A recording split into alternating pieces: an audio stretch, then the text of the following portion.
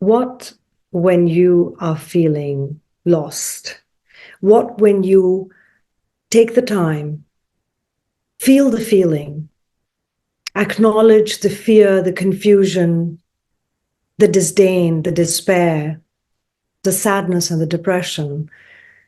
What when you are facing it,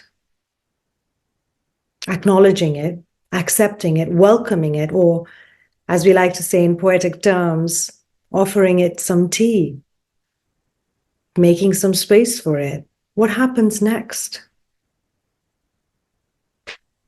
Have you ever tried asking this guest, this emotion that is a guest that has come to visit you right now, whatever that feeling is, can you ask it, what have you come to share with me? What would you like me to know? How can I help?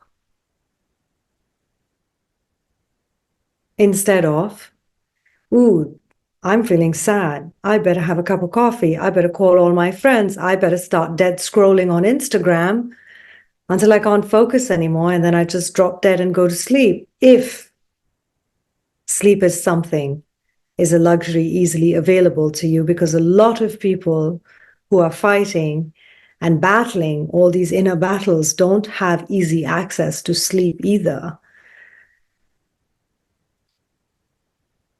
But what if we invited the emotion that wants to be felt right now in this time,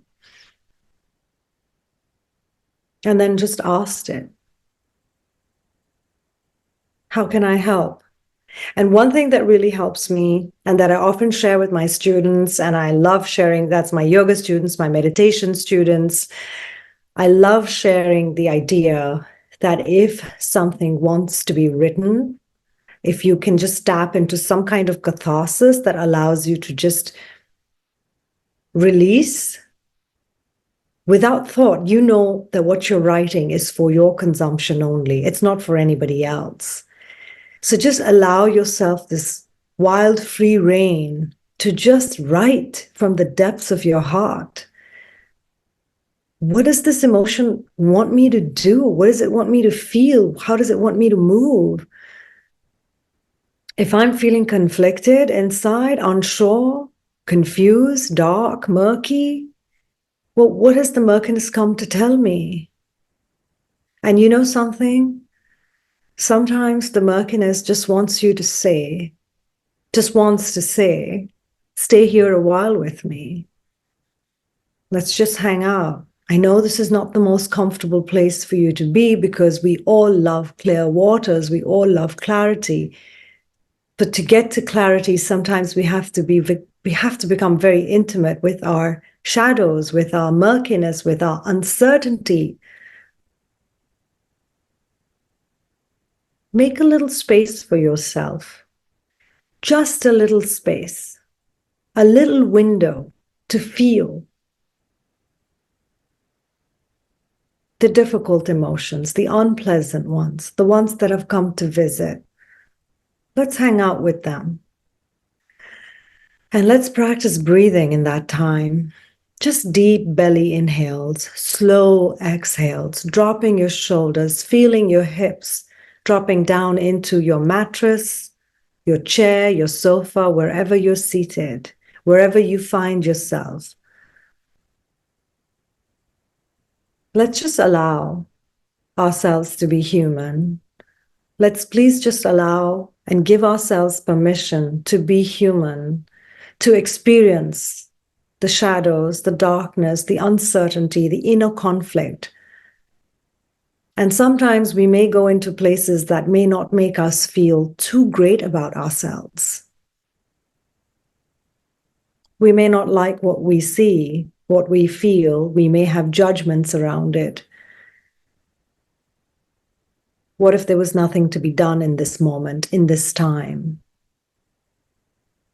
And you let yourself feel the farthest reach of the emotion that's coming up, even if it is feeling disgruntled with yourself.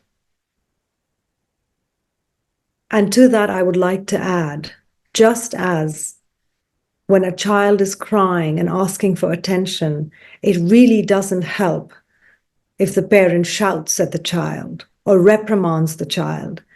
But what does work is lifting that child up and holding them really close to your heart and letting them know that you are here. We may not have the solution. We may not be able to buy you the toy or grant you your wish, but my heart is beating next to yours and I'm feeling your pain and we're in this together. And that's the attitude with our own difficult emotions that will help us transmute those feelings into something more useful for us, something more powerful. It will give that emotion the space to transcend, to transform, to become something else that is more life-affirming to you. It's that simple. It's that hard too. And it's what we're never taught. It's what's not available in our schooling system. We're always trained to be chirpy and happy and be positive. Well, that's not exactly life, is it? So breathe and be okay. We all do the best that we can with what we have in the time that we did what we did. It's through experiences that we know better. And forgiveness for the self is extremely important.